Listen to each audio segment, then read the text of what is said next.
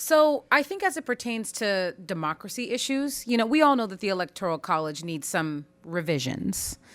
But I think that moving forward, what we need to be really focusing on are the voting rights laws. When the Voting Rights Act got gutted 2 years ago, it was mainly the civil rights groups that were talking about this as being an emergency. I mean, you had some democracy groups, talking about this issue of the Voting Rights Act. But, the reason why we know when you're attacking voting rights, who are you attacking? You are attacking people of color. You are attacking young people. Those are our most vulnerable populations. And those are the populations that generally vote Democrat or progressive. So, and we also know that in these off-year presidential elections, that is when the Republicans double down and start changing the voting rights laws. Some of the most aggressive laws always get changed in these off-year elections. So I do feel like as we're thinking about what is our democracy strategy, I don't know if we're going to be able to repeal the Electoral College, especially with the Republicans in charge of the House, the Senate, and, the presidency. But I do feel like at the state level, where we actually have a little bit more power, we can be looking at some of these voting rights laws and how do we turn them over.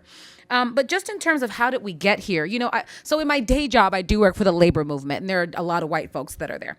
I think that what's going to be important, and I think Jane spoke to this very eloquently, is we have to figure out a way to talk to white voters around how race hurts them.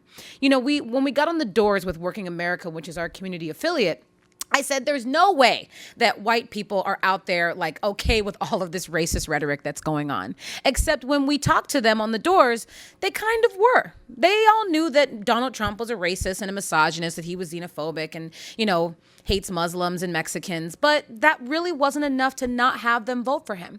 And so I think that for us, we've got to figure out, as the policies start to change, as the executive orders of the Obama administration start to really hurt us, as we lose health care reform, we're going to have, some of the white folks in this room are going to have conversations with their cousins around how misogyny and race hurts all of us. Racism is not just an issue that we deal with. Racism is an issue that hurts all of us if the policies that are being implemented hurt you. So to me, how did we get here? Us knowing that we've got a cousin that was going to vote for Trump and we weren't able to articulate how his rhetoric is going to hurt us is a part of how we got here. So for me as a labor activist, when I go back out into I'm from Pennsylvania, so I've seen it all. When I go back to my home state, in between these election cycles, you better guarantee that the number one thing that I'm going to be doing is not only talking to my Black Lives Matter friends who are definitely feeling nervous and scared about the next 4 years,